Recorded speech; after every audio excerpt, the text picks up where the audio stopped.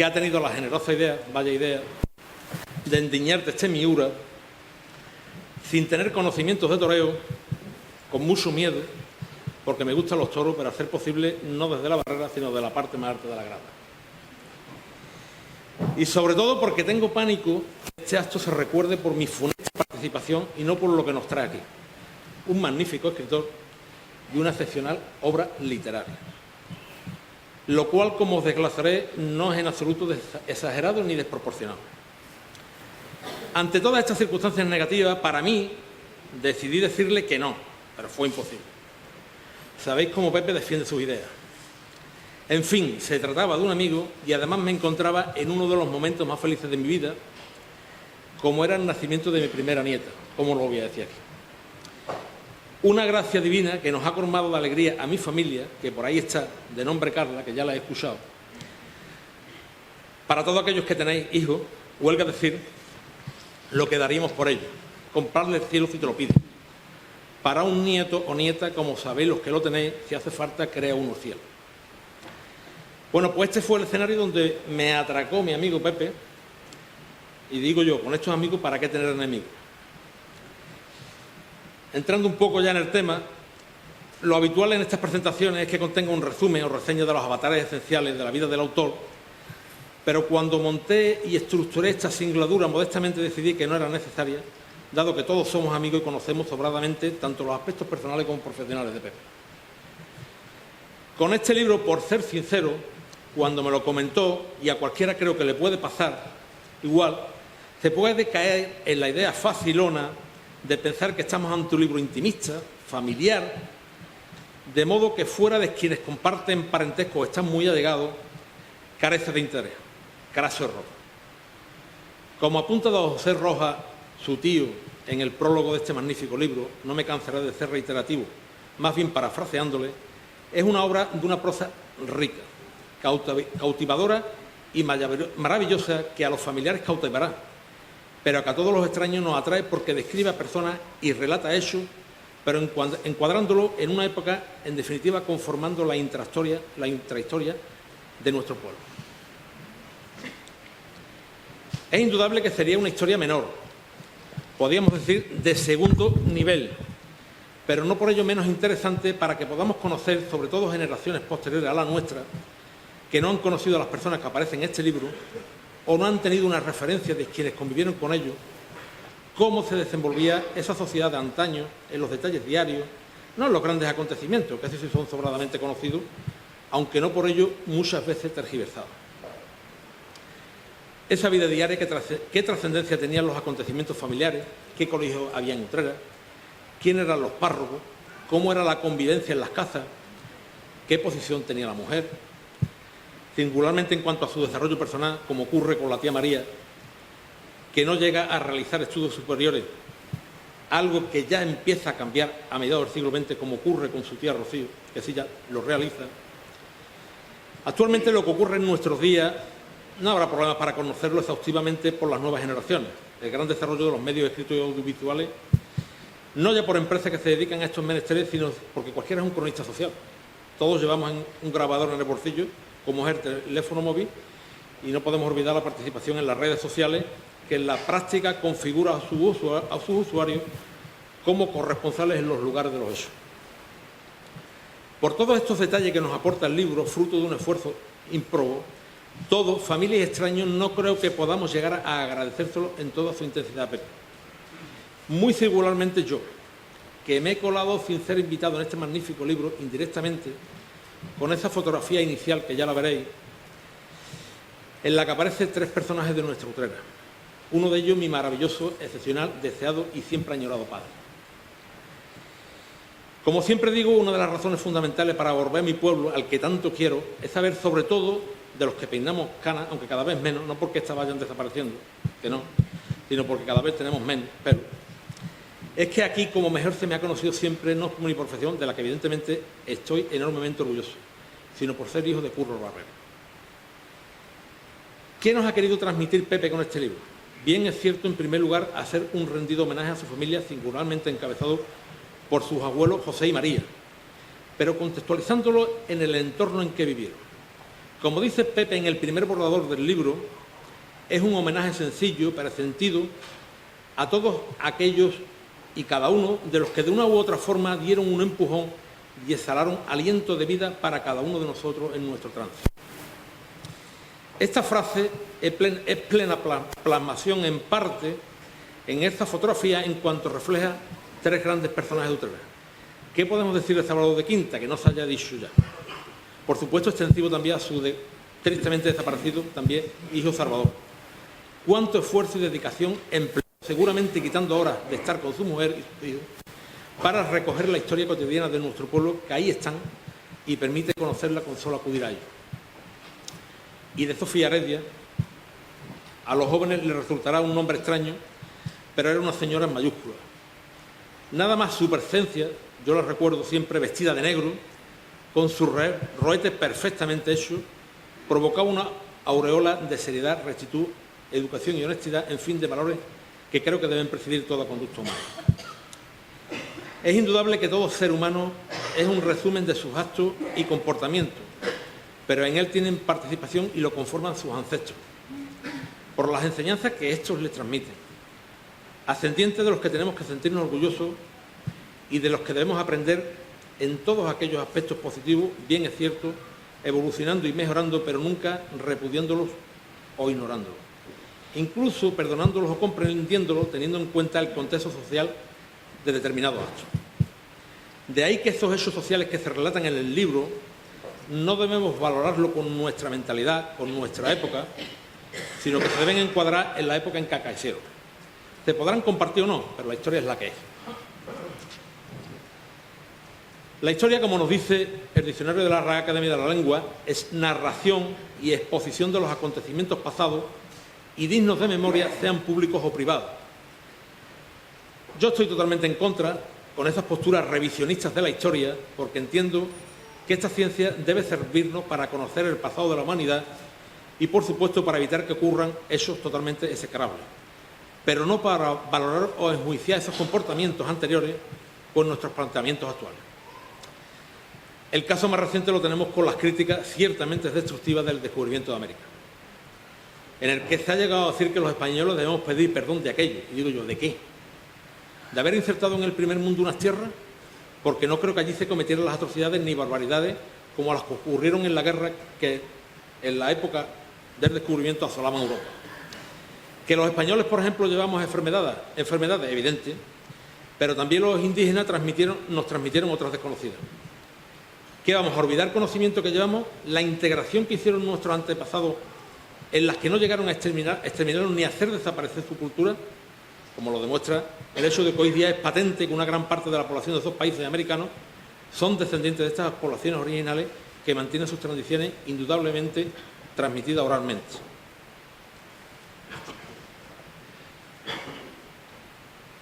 Vamos. No hay foto.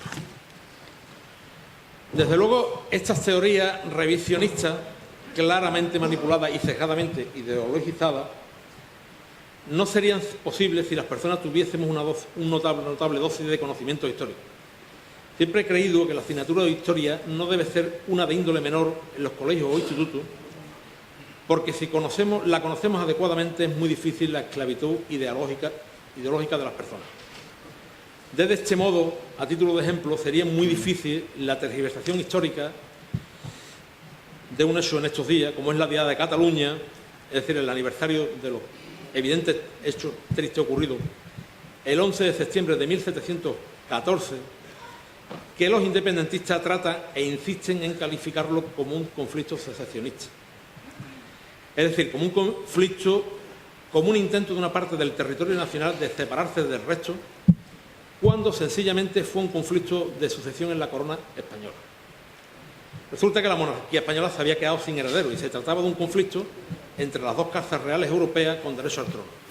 Barcelona, que no Cataluña, se inclinó por el heredero de los Austrias, el archiduque Carlos, mientras que la mayor parte del territorio nacional se inclinó por el heredero Borbón, es decir, porque luego sería conocido como Felipe V. En definitiva, fue un conflicto entre españoles por quien debía ser el rey de España. En esa idea de conocimiento de una época, insisto, debemos encuadrar este magnífico libro, cuya prosa he de destacar. Sinceramente me he quedado gratamente sorprendido por las habilidades literarias de Pepe, que desde luego aquí auguro, si él quiere, una brillante carrera en ese otro mundo como escritor. No sé si le va a dar más dinero, pero bueno. Seguro que sí. Soy un lector compulsivo, pero hay una época que especialmente me atrae sobremanera en cuanto a autores, precisamente la que desarrolla en gran parte del libro, como es mediados del siglo XX. Pero empezando en la época más convulsa, que mundial, y sobre todo fundamentalmente Europa, que se inicia con la Primera Guerra Mundial, y de los hechos previos que desembocaron desgraciadamente en la Segunda Guerra Mundial y de esta propiamente. Parece que esta época convulsa, es cuando el ser humano es más capaz de avanzar en la ciencia. Siempre se ha dicho que en las dos grandes guerras mundiales, cuando la medicina quirúrgica más avanzó. Desgraciadamente más capacidad de práctica había y menos valor tenía la vida. También la arquitectura y la ingeniería, con la necesidad después de la guerra, fundamentalmente la segunda, de reconstruir las ciudades destruidas. En esa época, en Europa, germinaron una serie de escritores, desde mi punto de vista, excepcionales. No sé si por esta situación social, como fueron Stefan Zweig, con el que veo modestamente grandes similitudes a Pepe, sobre todo si nos referimos a sus biografías de grandes personajes históricos. En ese elenco no puedo olvidar al húngaro Sándor Márai, a Thomas Mann y a Irene Nemirovsky, que quedó apuntada como una muy brillante escritora, fundamentalmente por su inacabada suiza francesa, pero que no llegó a consagrarse al ser tristemente ejecutada por los nazis en un campo de concentración. Las comparaciones son siempre odiosas, como se suele decir, pero Pepe con este libro atisba muchas cualidades que tienen esos escritores, porque trabaja con la palabra y la convierte en un arte. Es un excelente plasmador de eso, es ameno.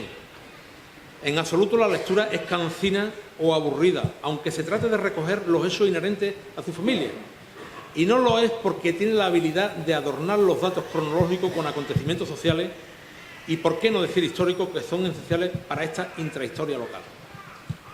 Uno de esos detalles, a título de ejemplo, es cuando el tío Cristo se libra de la mili pagando la llamada redención militar. Era una medida para librarse de la mili mediante el abono de una determinada cantidad en metálico, que hasta 1882 fue de 2.000 pesetas y posteriormente de 1.500. Viene a colación este tema y lo relaciono con un personaje nuestro, anterior al nacimiento del abuelo José Rojas, que tuvo lugar el 14 de agosto de 1895, que fue alcalde de Jerez en 1840, breve gobernador de Sevilla en 1854, diputado en el Congreso desde 1841 hasta 1873, con algún periodo de no elección, miembro del Consejo de Estado y después senador hasta su fallecimiento en nuestro pueblo, un 11 de mayo de 1881. Este paisano, que no es otro que Manuel Sánchez Silva, al que se le ha llegado a calificar como una de las principales figuras políticas de la segunda mitad del siglo XIX. Sin embargo, tristemente no aparece como hijo uterano ilustre en Wikipedia. Sí aparecen otros sorprendentemente cuya talla debemos calificar de ínfima. Conocemos el escaso rigor científico de esta enciclopedia, pero ahí está. En fin, así de ingrata es la historia. Ni creo que le estemos dando en nuestra tierra la importancia que el personaje merece, porque tan solo tiene una calle en una zona nueva de expansión como es los Ruedos de Consolación.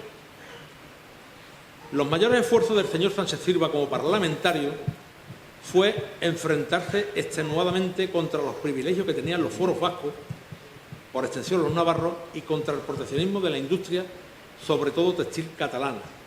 Creo que nos suena el tema. Se trata de problemas, quizá el segundo más agudizado últimamente, que suponen los denominados privilegios vascos y catalanes, que vienen, y yo lo digo a boca llena, oprimiéndonos al resto de españoles durante más de siglo y medio.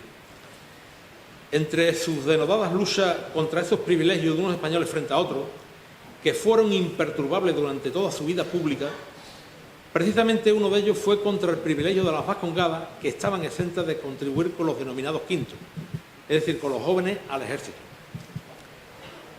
En este tema fueron muchas sus intervenciones, sobre todo en el Congreso, haciendo patente la discriminación que ello suponía del resto de los españoles de otras zonas, singularmente de Andalucía, haciendo hincapié en el precio de la mayoría, al privarle de algún miembro durante varios años de contribuir al levantamiento de las cargas familiares con el oportuno jornal, teniendo en cuenta la economía prácticamente de subsistencia en esa época. También en ese sentido fueron incansables sus luchas por la escasa aportación contributiva de los vascos a las arcas de las haciendas nacionales. En el tema catalán era reiterativo en los privilegios al textil catalán, que fundamentaba en su peor calidad al de otros países y que provocaba las dificultades de exportación, entre otros, de los vinos de Jerez, sobre todo a Inglaterra, que las impedía o entorpecía ante las dificultades que este país tenía de vender a España sus tejidos. Era un firme defensor del librecambismo, es decir, partidario de la libertad del comercio internacional, frente a la idea imperante en esa época en España del proteccionismo como medio para defender, entre otras, esta industria textil catalana. Fue tan reiterativa su defensa de igualdad y la abolición de los privilegios vascos que en 1876 llegó a enfrentarse al presidente del Gobierno, Cánovas del Castillo. Bien es cierto que no ganó su tesis, sí la del Gobierno, pero con él consiguió que votaran otros 23 senadores y el Ayuntamiento de Santander le llegó a dedicar una calle en su agradecimiento. Ya antes había enfrentado al Gobierno de Narváez muy singularmente en la sesión del 27 de marzo de 1849 con motivo de la exención de las provincias vascas de contribuir a satisfacer un préstamo de 100 millones de reales que el Banco de San Fernando había realizado al Estado para sufragar los gastos del ejército con ocasión de un levantamiento carlista que se produjo en la comarca castellonense del Maestrazgo. Fue tal su empecinamiento en el tema que en la legislatura de 1861 y 62 llegó a desarrollar un discurso durante 3 sesiones. Pero siempre ha sido más recordado y, desgraciadamente, muy odiado por los nacionalistas vascos. Así, en 2 ocasiones, al menos, Iñaki Anazagasti, en los años 2006 y 2012, es decir, 130 años después de su último gran debate, se refirió a él con términos menospreciativos, calificándolo de odioso enemigo del País Vasco. Vaya tela. Cuando lo que trató fue siempre que los españoles fueran iguales ante la ley. Otro detalle importante del libro para los miembros de la saga Rojas Marcos y para los demás es lo que se refiere a la razón de ser de los nombres populares de determinadas calles. Carmeno Los Canosos, de nuevo, hemos conocido popularmente como La Hermosa para referirse a la calle donde se criaron, y Lechero, la calle trasera de la vivienda familiar. Con ocasión de este tema, Pepe se refiere a un gran personaje contemporáneo nuestro, como fue don Manuel Morales, ilustre erudito al que nunca los otreranos podremos estar agradecidos por el ímprobo esfuerzo que realizó para recopilar y dar a conocer nuestra historia. ¿Cuántas veces recordaré su presencia en la barbaría de mi padre? En esa pequeña historia de nuestro pueblo, Pepe reseña a otro personaje como es Cuchareja, barbero, que estuvo su establecimiento en el mismo lugar donde, con el transcurso de los años, lo tuvo mi padre tras pasar otro profesional, como era Obando, maestro de mi padre, que a su vez fue aprendiz de Cuchareja. Por lo que me contaba mi padre, aquella era una barbería de las antiguas, de tertulia, como luego fue evidentemente la suya, aunque aquella con grandes personajes locales y también de fuera, entre otros uno, ciertamente importante en la historia social española, como fue don Juan Belmonte, que pasaba grandes temporadas aquí, una vez retirado, al tener grandes fincas en nuestro término municipal, hasta el extremo de que en una de ellas acabó suicidándose con la correspondiente intervención del juzgado de instrucción de Utrera, participando como médico forense otro ilustre paisano, Manuel Castillo, como no decir amigo de mi padre, que junto a su dedicación judicial fue médico militar especialista en pulmón y corazón del Centro de Medicina Aeroespacial del Ejército del Aire en Madrid. El otro día tuve la grata sorpresa de que vi en Utrera Digital que con 90 y tantos años sigue viviendo. A Dios gracias. Bueno, pues yo lo califico como otro personaje de nuestra historia, del que debemos sentirnos orgullosos. Volviendo a Cuchareja, esa barbería conservaba las mismas puertas que cuando ejerció mi padre la profesión. Él me contaba respecto a la puerta que daba a la calle Álvarez Azaña, que los agujeros que se observaban en la madera, evidentemente sellados, pero perfectamente visibles, correspondían a los disparos que efectuaron en el interior del establecimiento, quienes fueron a detenerlo para después ejecutarlo como consecuencia de nuestra terrible guerra civil. Episodio este último que se reseña en el libro. ¿Qué decir de don Manuel Gómez Burón? sobre todo yo, que fue mi preparador, con lo que ello comportaba no ya de lazos profesionales, sino personales. Puedo sostener sin la menor duda que ha sido uno de los grandes jueces que han pasado por los juzgados de esta ciudad. Desde luego, diría que el más humano, aunque sin menoscabar sus grandes conocimientos del derecho. ¿Cómo era capaz de implicar al personal del juzgado? ¿Qué amistades logró con todo ello y en el resto de la sociedad utrerana? ¿Qué utrerana de adopción conseguimos? Hasta el extremo de que llegó a ser pregonero de nuestra Semana Santa en 1983. ¿Qué se puede decir de Antonio Rojas? No ya en el plano familiar que sustenta el relato de este magnífico libro, sino como utrerano y como miembro de la Administración de Justicia. Antonio no tenía aristas ni recovecos. Era todo bondad y para describirlo no había que realizar ningún estudio concienzudo ni análisis psicológico. Bastaba con ver su figura. Quizás la mejor descripción fue la que realizó don Manuel Gómez Burón con motivo de la entrega de la medalla de San Raimundo de Peñafort cuando dijo: quitad la palabra amor y poned la palabra Antonio Rojas. Y se puede decir que Antonio Rojas es paciente, que Antonio Rojas es afable, que Antonio Rojas no tiene envidia, que ni se jacta ni se engríe, que Antonio Rojas no es grosero ni busca lo suyo, que Antonio no se exaspera ni lleva cuentas del mal, que Antonio no simpatiza con la injusticia, simpatiza con la verdad, que Antonio disculpa siempre, que se fía siempre, que espera siempre y que no falla nunca. Concluyendo, Pepe, creo que debo darte las gracias por este magnífico trabajo en los que coincidiréis todos los que lo hayáis, lo cual recomiendo fervorosamente, no solo por lo que supone de contribución familiar, sino por lo que aporta a la historia de nuestro pueblo. Sé perfectamente que hoy, en este preciso momento, en la balconada del cielo, están los miembros de la familia Rojas Caro, que faltan desgraciadamente entre nosotros, presidido por los abuelos José y María, todos muy orgullosos de lo que está pasando aquí. Pero en primera fila además está Salvador Quinta, tomando nota para su próximo libro. Mi padre para contar después las anécdotas en su barbería del cielo. Y Sofía con su parsimonia, su señorío y su abanico negro en la mano. Y muy singularmente Antonio con su sonrisa socarrona y pícara, de niño travieso. Extremadamente orgulloso de su hijo y que estaría diciendo a mi padre: curro, qué niños hemos tenido.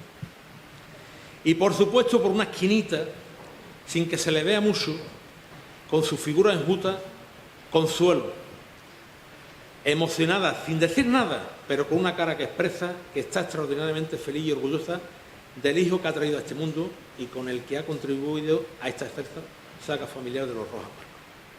Muchas gracias. Muchas gracias.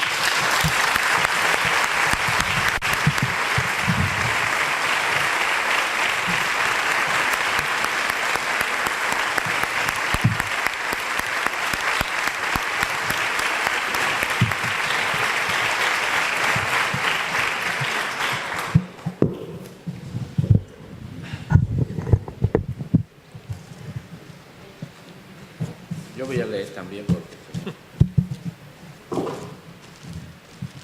aquí habría que comenzar, Carlos, diciendo: hay que ver la calidad del pollito. En fin, muchas gracias. Señoras y señores, muy buenas noches y mi gratitud por vuestra compañía. Gracias por acudir a esta presentación, a mi inauguración como escritor, o por lo menos como aficionado a la escritura. Tengo que continuar con la nómina de gratitudes, pues si este libro llega a ser algo en los lectores, quiero que se sepa de quién es la culpa. La maquetación y edición de Nano Barrera, a quien se lo tengo que agradecer enormemente, quien algún día apareció en mi casa, y no por casualidad, sino que ello obedece a que es hijo de quien es, el cual también apareció un día en mi casa, cuando la titular registral de la misma era María Caro Hidalgo, esta señora tan guapa que está aquí a la derecha. Y allí se quedó, este último embelesado y recordando aún la ensaladilla tan rica que hacía mi abuela, y el hijo más recientemente porque probablemente le inspiré confianza y se comprometió con mi proyecto.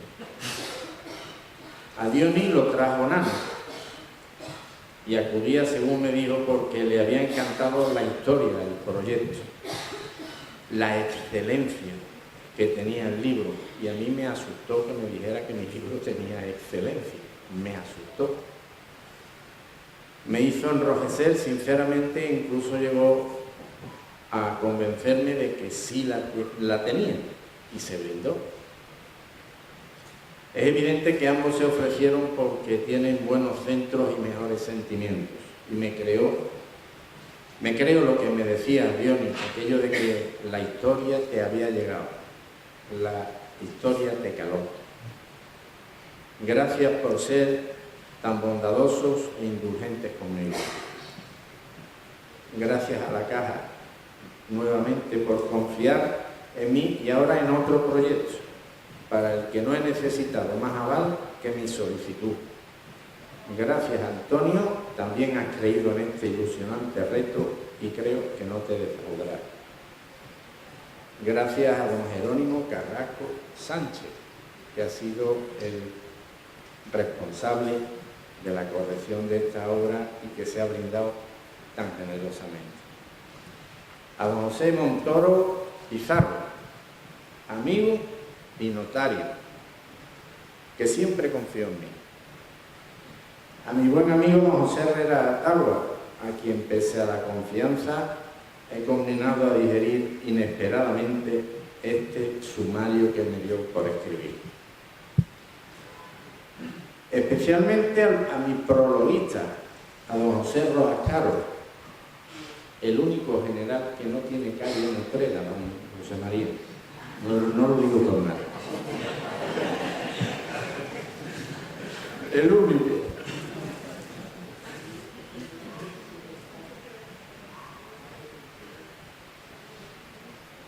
Y digo gracias a mi prologuista, que me ha honrado con su cariño y su tutela, y a quien sé que el libro no le ha defraudado.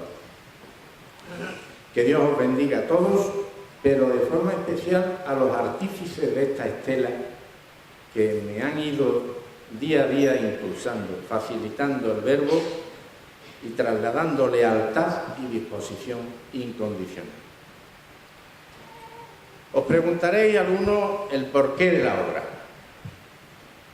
Y aquello se inicia como un reto tras escuchar una tarde de ropa de camilla y calorcito de estufa imprescindible, una pregunta que se refería a mi abuelo, don José Rojas Díaz, Rojita, el del juzgado, como cariñosamente se le decía, o don José María Fernando Eusebio del Sagrado Corazón de Jesús, Rojas Díaz, como así lo bautizaron en Santa María. Tras ello surge en mí una inquietud por saber y averiguar, pues en el recodo de una pequeña historia allí contada por mi tía María, atisbé una personalidad con suma enjundia, y por él empecé. Y de él accedí a su expediente personal en el Ministerio de Justicia. Y algunos me han preguntado, ¿cómo llegué? Y datos también obtuve en el Juzgado de Paz de Los Molares. Gracias, Andrés, gracias, Ana María. Y seguí obteniendo información, y aquello, al menos el capítulo 1, ya tenía una consistencia.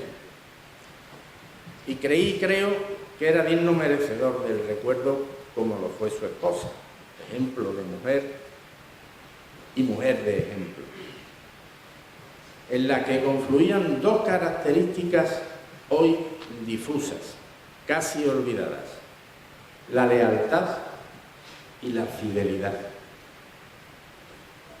Aquello iba tomando cuerpo, y con la investigación en la parroquia de Santa María de los libros que allí se atesoran, localizo a María, a José, a Cristóbal, a Dolores, a Miguel y a Carmen, los Caritos, hijos de aquel hortelano de la huerta de Carito, que además de verdolagas, como digo en el libro, además de verdolagas, lechugas, rábanos, también tenía chiquillos, sacó una buena camaíta de chiquillos.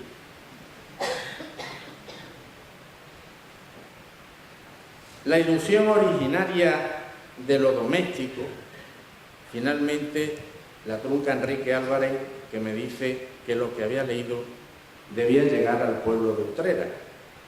Pues aquello era algo más que el discurrir de una familia por su pueblo. Aquello era historia de Utrera, y lo que en principio iba a ser privado, hoy lo vais a conocer y espero que a compartir y a disfrutar. Y en este punto no creáis todo lo que ha dicho Pepe, porque es mi amigo y la mitad de las cosas lo ha dicho por ese cariño que me tiene. Vamos a ver que esto se pega. No, aquí hay más. Bueno, pues dicho esto, me he quedado sin papel. Y me he quedado sin papeles porque quería decir eso y leeros un par de anécdotas de las que he recogido en el libro, para que el libro lo disfrutéis vosotros, porque esto se hace con la idea de que todos disfrutéis, que nos conozcáis un poquito más. Si la literatura os gusta, pues miel sobre hojuelas. Mi tío fue el primero que me dijo que tengo una buena pluma. Y me lo creo, porque además ya me lo ha dicho mi amigo Pepe. Y os voy a leer, voy a dar paso a un preámbulo que yo he hecho del libro para que me entendáis el por qué he escrito el libro. A lo mejor alguno no lo entiende, pero yo creo que es muy fácil. Y dice así: entre lo público y lo privado existe una distancia importante. Y no es que queramos ser populares, ni tampoco permanecer en el anonimato de la ignorancia o el olvido. La intención última de esta obra, fruto de muchas horas de sentimiento, bastantes cabreos y polémicas con el ordenador, búsquedas, lecturas, escaneos, interpelaciones y sobre todo muchísimo trabajo, dulcemente retribuido con alguna que otra lágrima de añoranza, lágrima que reconforta y desahoga, no es otra que la de reflejar en pobres líneas, desde la humildad de nuestra expresión, pues ni queremos ser temán ni gala, ni aspiramos a serlo, un poco de nuestra historia del vivir de muchos que nos precedieron, velaron, cuidaron, alimentaron, instruyeron, aconsejaron, estuvieron ahí, a nuestro lado, y por encima de todo nos quisieron, y a quienes debemos incondicional y perpetua gratitud. Sirva esta modesta obra como homenaje sencillo, pero sentido, a todos y cada uno de los que de una u otra forma dieron un empuje y exhalaron aliento de vida por cada uno de nosotros en nuestro tránsito. Al final de tu existencia, solo 3 cosas importan: lo mucho que amaste, lo bondadoso que fuiste y los valores que has dejado en los que te han conocido. No debemos olvidar ni aún renegar de dónde venimos. Que no hay que buscar morales provisionales, que es dignificador comprobar que de un puñado de hombres sencillos, braceros, artesanos de la alfarería, trabajadores sin más, y otro puñado de mujeres emprendedoras de esta tierra, que con abnegación y sacrificio apostaron por la vida, hemos llegado hoy, en el siglo XXI, a formar una familia con valores y principios arraigados, orgullosos de nuestros orígenes, que apuestan por un futuro ignorado, pero certero. Y después de esta pequeña explicación, voy a intentar leer una de las anécdotas que contiene el libro. Razón quizás por la que también mi amigo Enrique decía que había que publicarlo, porque son anécdotas de la historia diaria de nuestro pueblo que algunos no conocen. Y es la siguiente. Don José Rojas Padre, este señor que está aquí a la izquierda, Rojita, el de contaba alguna anécdota que siempre acostumbraba a narrar rememorándola mi tío Manolo. Resulta que Leopoldo Boix, agente judicial en el juzgado de Utrera, estuvo muchos años aquí destinado El hombre era manchego y presumía de haber visto junto a las lagunas de Rovidera rastros del cabalgar de Don Quijote. En alguna ocasión se apercibió algún paisano de la intención de tomadura de pelo a aquellos parroquianos y púsose el panorama agrio. En aquellos días el juzgado estaba localizado en una casa-palacio de la calle Virgen de Consolación, que algunos que peinamos cámara nos acordamos de ella, justamente donde en la actualidad se levanta el Colegio de la Sagrada Familia. Tanto el juez como el agente disponían de vivienda en la planta alta. Había venido siendo duro el invierno y el juez, que era más que peculiar, por no decir otra cosa, había ordenado a don Leopoldo que encargara leña al ayuntamiento, a fin de que no faltase agua caliente en sus dependencias. El ayuntamiento ni tenía ni tiene leña. Y así se lo traslada el funcionario a su señoría. La respuesta del juzgador fue terminante y expedita. No quiero saber de dónde saca usted la leña. Preocúpese de que no me falte el agua caliente. Leopoldo, que conocía cómo la gastaba aquel babieca, no dudó en obtener leña donde fuera menester. Empezó por cortar los árboles del jardín de la casa ocupada por el juzgado, lo que fue generando extrañeza en los funcionarios y en el propio juzgador. Leopoldo argumentó, cuando lo precisaron, que los árboles habían contraído una enfermedad que los terminaba secando. Extinguida dicha reserva, prosiguió haciendo trizas las sillas y los muebles de su propia casa, hasta que no quedó mueble alguno, y terminó con puertas y ventanas de su propia vivienda. Llegó el momento en que don Leopoldo, por su avanzada edad, no podía habitar en pleno invierno una casa sin puerta, ni ventana, ni mueble, ni cama alguna, convirtiéndose la situación en una evidente alarma social. Había por aquella fecha en la calle Campana, algunos también lo recordarán, una casa de lenocinio en la que don Leopoldo era conocido por su desempeño en la administración de justicia, no por ser habitual visitante de la misma, pues con la edad que tenía hacía tiempo que había sido liberado de lujuria alguna. Las moradoras de aquel lugar, cuando fueron conocedoras de las condiciones en las que vivía el manchego, le invitaron a dormir allí todas las noches. Dormir. Así, una vez concluían su jornada de trabajo, le brindaban gratuitamente una cama caliente y una vivienda sin corriente de aire. Cuando fueron conocidos los esfuerzos de don Leopoldo por obtener leña y se enteró el propio juez, montó en cólera e intentó procesarlo, combinando a don José Rojas Díaz, a mi abuelo, a mediar en la situación que, dicho sea de paso, alcanzó tintes más que serios. Don José Rojas logró atemperar la ira de aquel desdichado juzgador contra el añejo funcionario.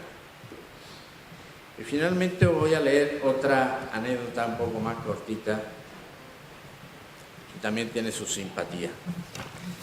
Pues durante muchos años, aquí en Utrera estuvo ejerciendo de procurador de los tribunales don José Adamuz, que llegó a tener una importante clientela.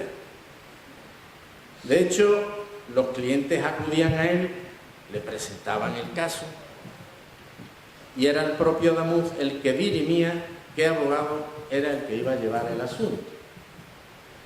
Se trataba de un verdadero personaje. sus actuaciones siempre revestidas de cierto misterio.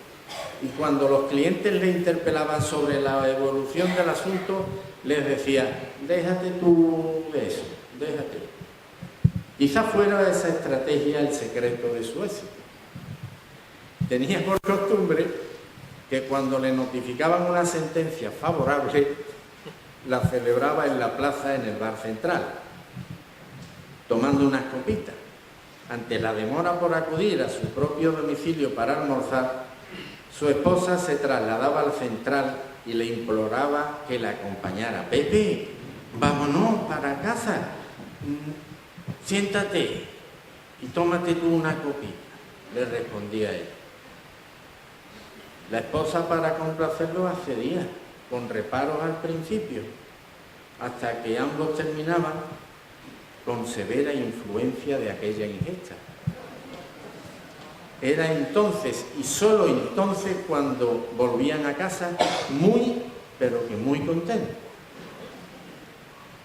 y con severas dificultades para mantener la verticalidad, los ojos vidriosos, elevada halitosis al alcohol y evidente reciprocidad en la necesidad de apoyos que permitieran avanzar en su marcha.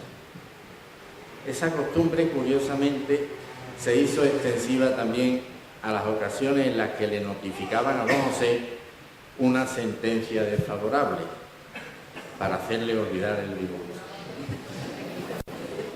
El libro no es todo así, cuenta también la historia de mi familia, pero tiene muchas anécdotas y mucha incidencia de nuestro paso por la historia de Utrera. Espero que les guste y si gusta, pues a lo mejor hago un segundo volumen. Muchísimas gracias a todos por vuestra asistencia.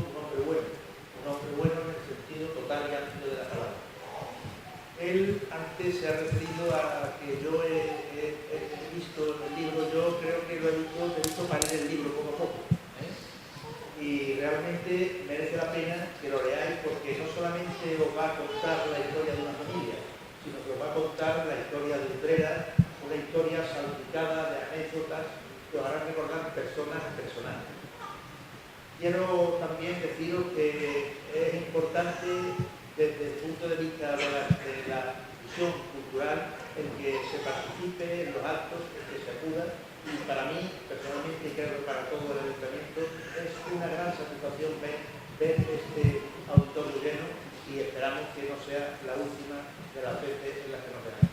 Muchísimas gracias y enhorabuena.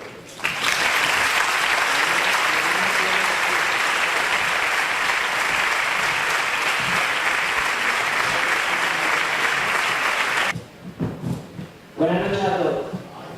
Yo soy Ricardo, el hijo de don José. Como me niego a quitarles y a quitarle a él mucho tiempo, simplemente quería comentarles unas cosas que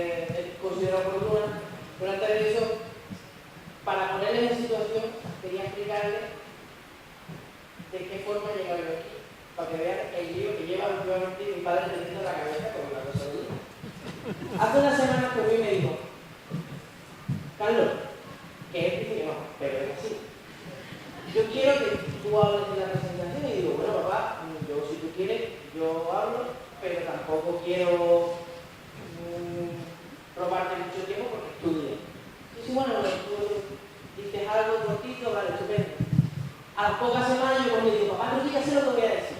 Y me dice, que tú vas a hablar de la presentación del libro. Y digo, papá, ¿cómo me lo dijiste? Y me dice, bueno, si tú quieres hablar, tú hablas. Lo vas a hablar, algo así. Y pues nada, pues aquí me hallo. Buenas noches a todos, familia, amigos y pueblo de Utrera. En primer lugar, quiero compartir mi gratitud por estar hoy aquí, acompañándonos en esta tarde de septiembre. Mi padre es un hombre de letras, siempre lo ha sido. Es más de camisa que de chándal, menos de jaleo y más de templanza y calma. Un hombre paciente y elegante para el que su familia, su trabajo, su gente y su pueblo lo son todo. Hoy es un día muy especial para él y para todos los que lo queremos. Día que el destino, o incluso el mismo, ha hecho que dos eventos muy importantes ocurran el mismo día. El primero es el cumpleaños de mi hermana, su hija Marta, o como dice él, mi Martita. Marta, para el que no lo sepa, es la niña de sus ojos. Y desde aquí quiero felicitarte de este 17º cumpleaños y recordarte todo nuestro amor y cariño, el cual tú nos devuelves siendo tú. Pero no contentos con eso, hoy estamos aquí reunidos para celebrar el nacimiento del cuarto hermano de la familia. Ha sido un parto complicado, he de decirlo. Ha costado sudores y lágrimas, pues, queridos amigos, no pueden ustedes hacerse a la idea del trabajo, el empeño y el sacrificio que mi padre ha puesto en estas sopas. Un niño que ha gestado él mismo. Muchas han sido las horas de investigación y cotejado de datos, de escritura, de corrección y reescritura, que han dado como resultado al cuarto hijo de mi padre, que por cierto, no me pienso poner celoso, pero me bautizo y no me han invitado.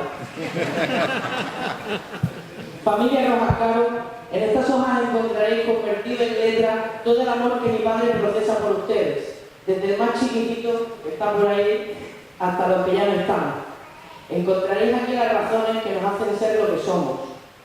En cierto modo, creo que el orgullo de sus raíces ha sido el motor principal que ha hecho que mi padre escriba esta obra con la sencilla y a la vez noble intención de evitar que caiga en el olvido y se recuerde para siempre el legado que nuestros abuelos, bisabuelos y quienes conformaron esta familia y el pueblo de Utrera nos dejaron. A todos ustedes quiero darles de nuevo las gracias por acompañarnos en este día tan importante para los Rojas y los Caros. Y deseo profundamente que disfruten de la obra como yo he disfrutado leyéndola. Y a ti, papá, quiero darte la enhorabuena por la historia tan preciosa que has contado, por hacerlo de una forma tan exquisita que evoca a los antiguos maestros de la lengua y que a mí me fascina y me inspira a escribir y sobre todo a ser como tú. Tus hijas y yo estamos muy orgullosos de ti. Te quiero.